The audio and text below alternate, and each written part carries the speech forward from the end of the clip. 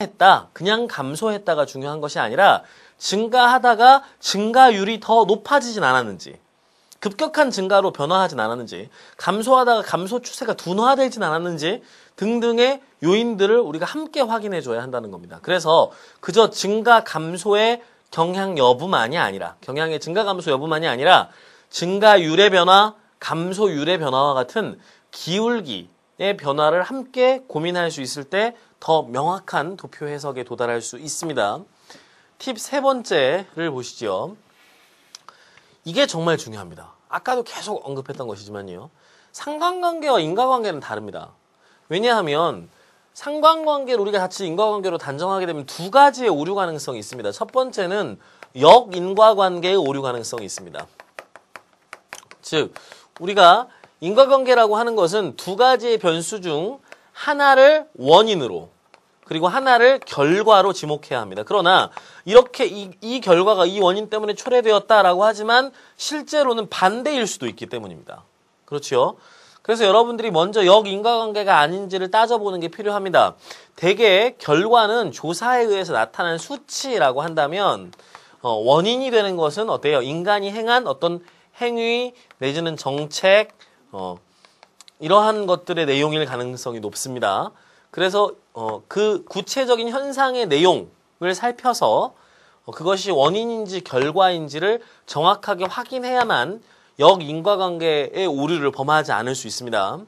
두 번째, 상관관계가 인과관계로 단정돼서는 안 되는 두 번째 이유는 하나의 결과가 이 두 가지 모두일 수도 있습니다. 즉, 두 변수 모두 다른 원인에 의한 결과일 수 있다는 것이죠. 그렇죠. 그래서 지금 도표에는 드러나 있지 않은 다른 원인이 이 두 결과를 모두 초래했을 수도 있습니다. 예컨대 조금 전에 A국의 그래프 같은 경우가 그렇습니다. 동성애자의 증가를 에이즈 발병의 원인으로 확정하게 되면 우리는 이것이 또 다른 편견을 낳게 된다는 것을 알 수 있습니다. 생각해보면 동성애자가 한 사회 내에서 증가한다는 것은 동성애에 대한 편견이 사라지고 개인적인 취향을 존중하고 개인의 자유로운 관계들이 맺어지는 사회적 관계 문화가 만들어졌음을 의미하는 것입니다. 즉, 이런 성적 의식의 자율화와 인간의 다양성을 존중하는 개인주의적 태도의 그 정착이 동성애자의 증가와 에이즈의 증가를 둘 모두 가능하게 했을 수 있습니다. 따라서 우리가 표 A에서는 상관관계는 나타났지만 이를 인과관계로 확정할 수는 없다라고 얘기해 줄 수 있어야 되는 것이죠. 그렇죠. 그래서 인과관계로 확정할 수 없는 겁니다. 하지만 표 B는 다릅니다.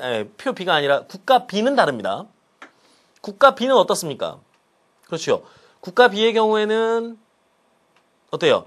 GDP 공공의료비라고 하는 것은 의료비를 지출을 하게 되면 환자들의 치료율이 높아지거나 또 환자들이 병이 전파되는 속도가 늦어질 수 있다는 것은 당연한 이야기입니다. 이건 상식적인 인과성으로 설명 가능한 이야기지요. 그래서 의료비와 특정 병의 발병률의 관계는 직접적인 의미적 인과관계를 이미 내포하고 있습니다. 그렇기 때문에 B국가의 경우에는 이를 인과관계로 서술해주는 것이 가능하다는 겁니다. 그렇죠. 그래서 상관관계를 언제나 인과관계로 확정해서는 안 되고 역인과관계가 아닌지 두 변수 모두 다른 원인에 의한 결과일 수 있지는 않은지를 따져보고 이 두 경우가 아닐 경우 그리고 상식적으로 의미적 인과성을 두 변수가 가지고 있을 경우에만 인과관계로 확정해 주는 것이 필요합니다. 그래서 이 경우들을 여러분들이 잘 따져서 상관관계와 인과관계를 구별할 수 있어야 도표에 대한 해석을 할 때 더 정확한 해석이 가능해지겠죠. 그래서 읽어내는 것의 문제입니다. 이것을 그냥 인과관계로 읽어내는 순간 글도 그렇게 쓰게 됩니다. 그렇죠? 도표를 읽을 때 이것이 상관관계이다까지만 읽어내는 능력, 그리고 이것이 인과관계인지를 확정하기 위해서는 다시 한번 여러분들이 논리적으로 사고를 통해서 독해를 심화하는 능력을 길러야만 더 좋은 도표 해석에 도달할 수 있다는 것이죠. 예, 그 다음 팁으로 가보도록 하지요. 하나의 자료는 다양한 해석이 가능할 수 있습니다. 이거 아까 선생님이 얘기하면서 이미 한번 얘기했지요. 그렇기 때문에 이 다양한 해석들 중에 더 의미 있고 가치 있는 해석을 찾아내야 하는 경우도 있고, 혹은 문제가 요구하는 논점 맥락에서의 필요한 해석을 찾아내야 하는 경우도 있습니다. 그래서 다양한 상반된 해석까지도 한 도표가 내포할 수 있다는 점을 여러분들이 기억할 필요가 있겠습니다. 예, 그 다음 마지막 팁입니다. 추세에 어긋나는 자료에 관심을 가져라. 이건 무슨 얘기냐면요. 여러 개의 자료가 있을 때 다른 것들은 일정한 추세와 경향을 보여주는 것일 수 있습니다. 하지만 하나만 추세에 어긋나는 것이 있다면 그것은 정말 불필요하거나 아니면 정말 보지 못한 어떤 다른 원인을 지시해주고 있는 자료일 수 있습니다. 그래서 추세에 어긋나는 자료라고 해서 무조건 버려서는 안 됩니다. 그렇지요? 추세에 어긋나는 자료일지라도 우리가 그것이 정말 필요한 것은 아닌지, 혹은 다른 경향들이 가지고 있는, 놓치고 있는 무언가 현상의 이면을 보여주고 있는 자료는 아닌지를 한 번 더 생각할 수 있을 때 다른 학생과 차별화될 수 있는 글을 정리하는 것이 가능해질 겁니다. 예, 이렇게 도표를 해석하는 과정은 아주 치밀한 독해와 그리고 여러분들의 능동적이고 주체적인 계산 과정들을 포함하는 보다 더 심화된 독해와 사고를 요구하는 과정입니다.